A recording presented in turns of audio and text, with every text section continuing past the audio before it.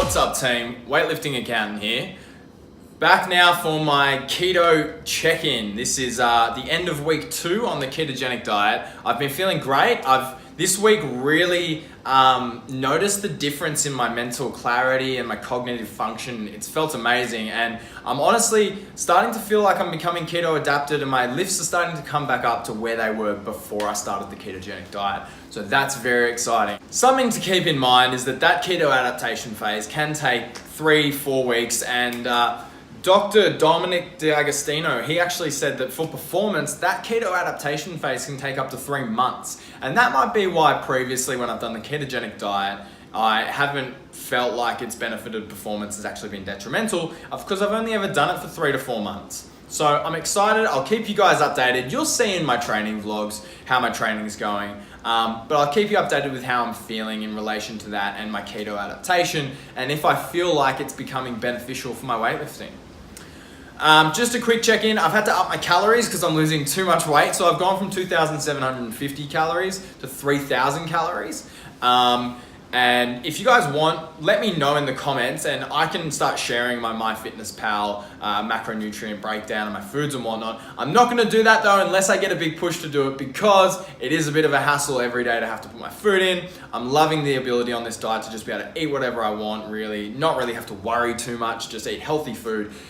So tracking my macros and calories is a bit of a hassle, to be honest, but if you do want it, I'd love to do it, because I just want to get more information out there about ketogenic diets and the calories and macros and types of foods to be eating.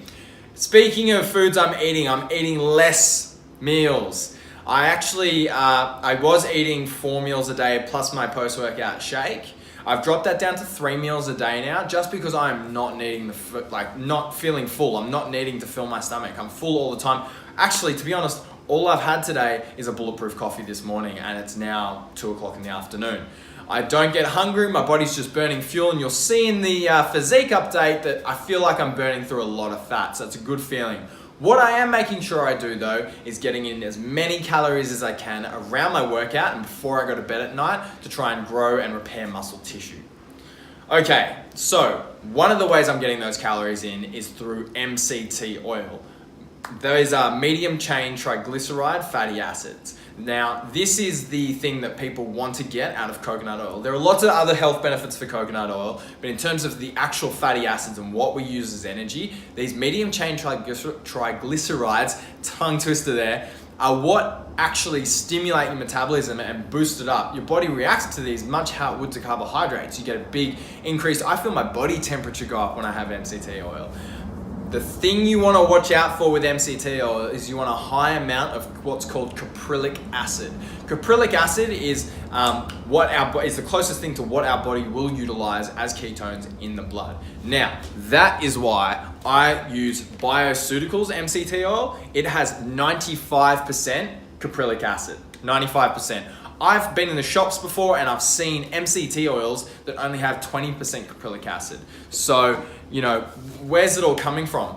Another thing to watch out for with your MCT oil is you really don't want to be buying MCT oil that is sourced from palm trees, because you're going to be killing the orangutans in Southeast Asia. And to be honest, you know, I try and be health conscious where I can, eat free range, eat grass-fed, pastured chicken, all that sort of thing. So if you can, try and buy ethically sourced coconut oil and MCT oil. Just do your bit for the world.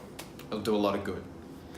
Now, something that I did last weekend was, it was one of my best friend's birthdays. His 25th birthday, it's a big one. So we had a bit of a big night out. So what I wanted to discuss this week was alcohol on the ketogenic diet.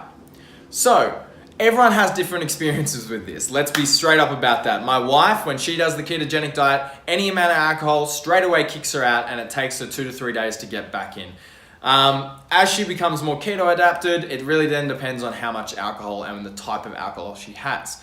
Me, on the other hand, the type of alcohol does not make as much of a difference as much as what goes with it. My body seems to process foods and carbohydrates and other things such as alcohol quite quickly, and therefore I feel like my body itself, it gets kicked out of ketosis, it will digest and process the alcohol in the liver, then that'll happen fairly quickly. and then my body will switch back into ketosis quite quickly, and the liver will go back to generating ketones. So if you're gonna drink on the ketogenic diet, remember to keep your mixes to a minimum. Have soda water, fresh lime. If you are gonna be drinking wine, preferably go for a dry wine rather than a sweet wine. But the more wine you drink, the more other things you're gonna get in it versus spirits with soda water and lime.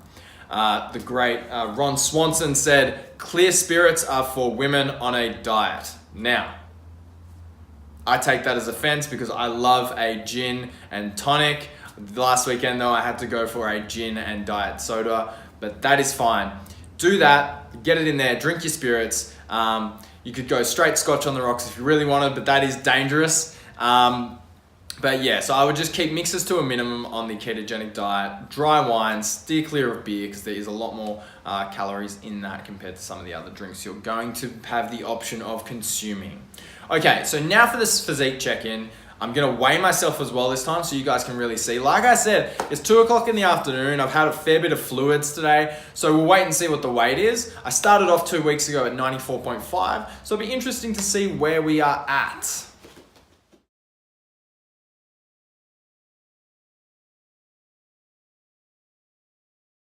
Okay, and as you can see, looking a lot leaner now at the moment, and I'm feeling great. The lifts are coming back up again.